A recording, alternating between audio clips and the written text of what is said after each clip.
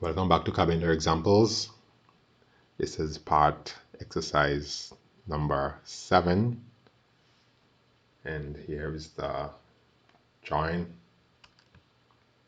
You can pause the video or take a screenshot, analyze the drawing, and let's go over to SolidWorks and get it done. Now that we have SolidWorks open, let us navigate to our top plane, create sketch.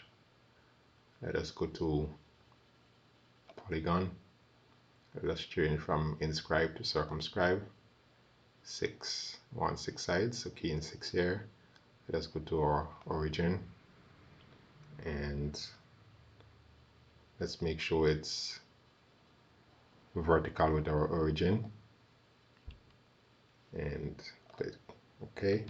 So at this point, hold Control or Shift on the keyboard and click both origin and this point and vertical. OK. So let's go over to Smart Dimension. Click this line and this line, and the diameter or width is 100 millimeters.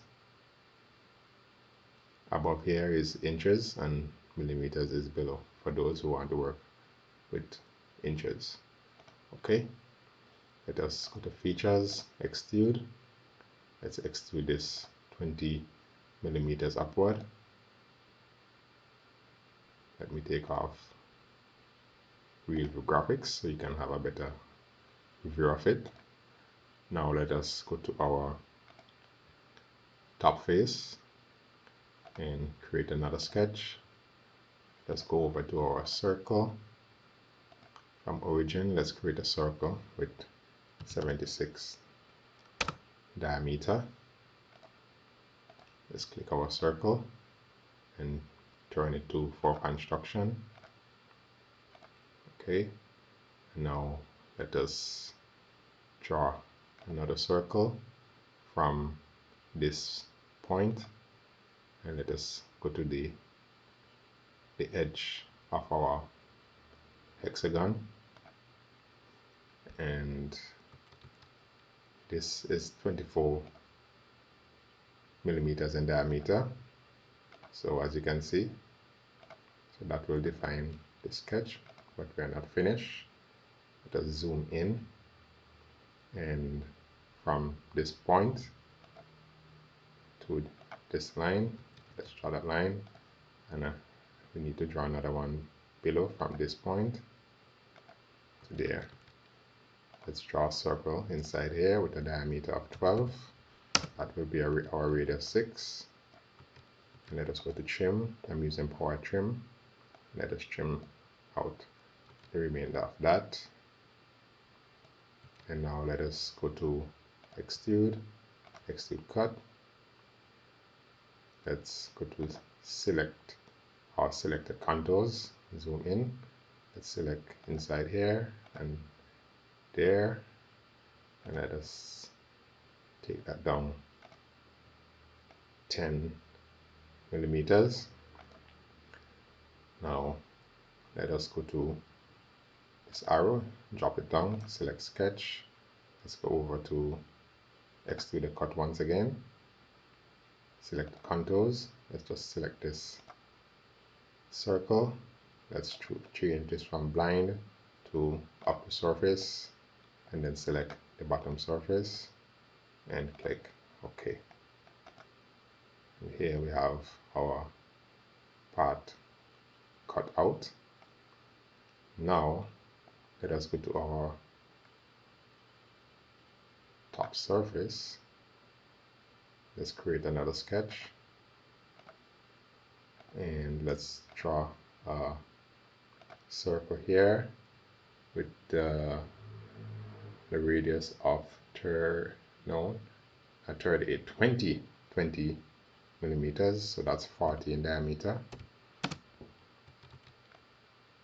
Okay, and now let's extrude this upwards by 30 millimeters, because this is 20 and 30, that will give us 50.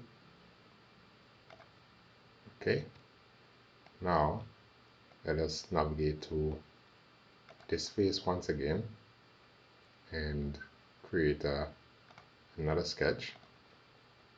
Let's draw a circle 76 millimeters in diameter.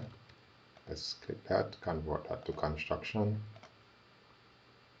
Okay, and now let's draw another circle from this point to the edge, and as you can see, this is 24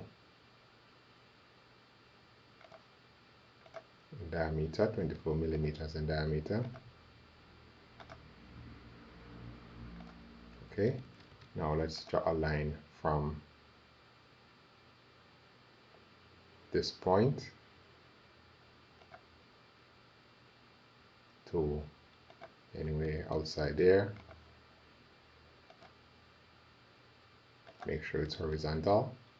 And now let's click this circle and let's convert entities. And let us go to our power trim and let's firstly zoom in, take this edge out here, zoom in here, take this portion out as well, and let's take all of these out. So we can just do it like this. Alright, and now we have this. Let us go to our circle and create another circle with our diameter 12. This is a radius of 6. And now let's rotate.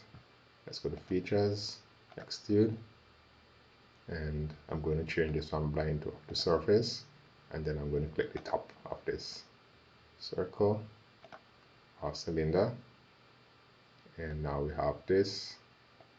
So let us go to this face, create sketch. Let's zoom in here. Let's click the edge here and convert entities. So if you zoom in, you can see it's converted. Now let's go to line. Let's create a line from anywhere here to here to here, and we're gonna give this an angle. So select this line and this top line and 25 millimeters, not millimeters, 25 degrees.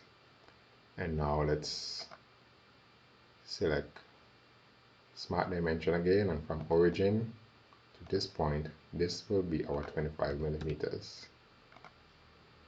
Okay, so our sketch is fully defined. You can rotate, and now let's go over to features, extrude cut. Let's rotate a little bit. Let's select the contours here and here, and let's change this to, I rather use Option X for this one, and it will cut this out nicely. Okay, and let us go to reference. Let's click axis and let's use two planes.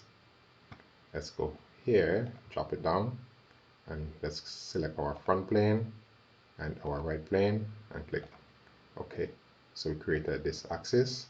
Now let us go back to our part selection. So let's select this one, our feature selection, and this one, this one, this one. And now let us go over to pattern, circular pattern, and now we can select our axis, and let's zoom and rotate a little bit, look at it, and OK. And we can go back, right click here and turn off our axis, and if we go to zoom to fit, isometric, you can see we have our part. And let's add a little bit of material on our surface. Let us go to plastic and let us go down to patterned, and let's change it to blue dimpled plastic, and OK. And if you want to see this, you should turn on your real graphics. And that's it for part exercise number 7. Thank you for watching. Bye for now.